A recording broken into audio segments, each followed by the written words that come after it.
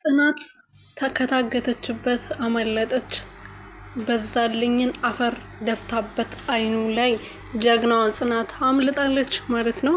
ሰላም ሰላም ቤተሰቦቼ እንዴት ናችሁልኝ? እኔ ያለው ፈጣሪ የተመሰገነው በያላችሁበት ሰላማችሁ ብዝት ትርፍርፍ ይበልልኝ። ለዚህ ቤት አዲስ የሆናችሁ ሰብስክራይብ፣ ሼር፣ ላይክ እያረጋችሁ ቤተሰብ ሆኑልኝ የኔ ወርቆች ማለት ነው። ጽናት ክፍል 184 ተለቋል። ክፍል 184 ላይ እንግዲህ ጽናትዬ በዛልኝ አግቷት ነበረ።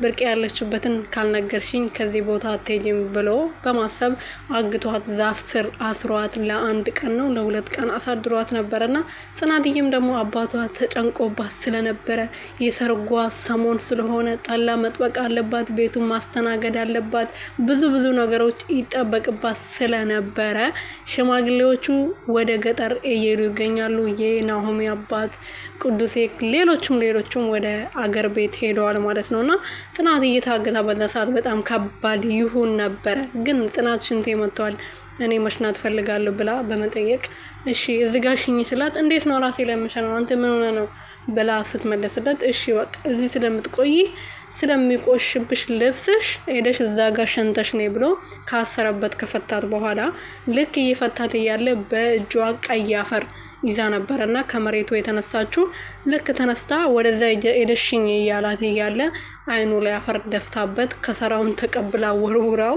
ከዛ አምልጣለች ማለት ነው። ወደ ቤቷ ተመልሳለች በሰላም ልላችሁ ፈልጌ ነው። ሶስና የቃቃ ሚስቱ የኪራ ማለት ነው። ከዚህ በፊት እንግዲህ መጣ ሶስና የቃቃ ሚስቱ ነኝ ብላ የሌላ ሰው ልጅ አርግዛ የእሱ ልጅ ነው ያረገዝኩት ብላ መታ ነበርና ያኔ የእሱ ልጅ ያለመሆኑን ካወቀ በኋላ እንትናን ልትገላት እንደነበረ ብዙ ነገሮችን አግታት እንደነበረ ከሰማ በኋላ ኪራ ከቤት አባሯት ነበርና የጓደኛው የአባቱ የጓደኛ ልጅ ስለነበረች አሁንም ተመልሳ እንግዲህ ኪራና ጽናት ሊጋቡ ሰምታ ሰርግ ሻንጣውን ጠቅልላ ትልቅ የሚያክል ሻንጣ ይዛ ወደ ቤት ተመልሳ መታለች ማለት ነው። ልክ እንደ በፊቱ ቀበጥናት ልጇ ወልዳ ነው መሰለኝ የመጣችው። አፈሩዳ ሊሆን ይችላል ወልዳ ሊሆን ይችላል፣ እሱን የምናውቀው ታሪክ የለም። ተመልሳ መታለች ልላችሁ ፈልጌ ነው ባጭሩ ማለት ነው።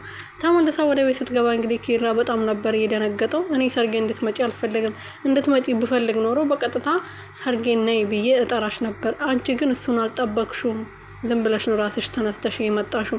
እኔ እዚህ ቤት ውስጥ ላይሽ አልፈልግም። ጽናቴን ደግሞ አንቺን ልታይሽ አትፈልግም።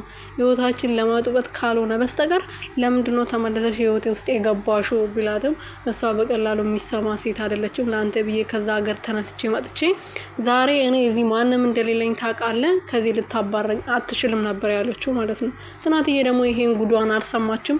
ካልትንሽ ጊዜ በኋላ ደግሞ ቤቲ ተመልሳ ትመጣለች። እሱን በጣም እርግጠኛ ነኝ፣ ምክንያቱም ድራማውን ለማራዘም ስሉ የማያመጡት የማይቀያይሩት ሰው የለም ማለት ነው።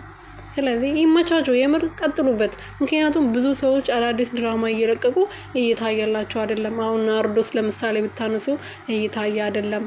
21,000 30,000 ከዛ በታች ነው የሚታየው ማለት ነው።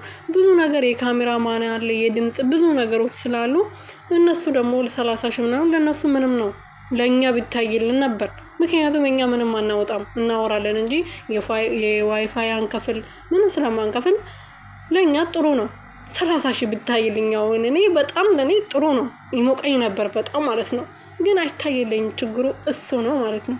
ግን እንደዛም ሆኖ ለማንኛውም እናያለን ቤተሰብ ሶስናና ጽናትዬ እንዴት እንደሚሆኑ በቀጣዩ ክፍል ላይ በደንብ እንፈተፍትበታለን።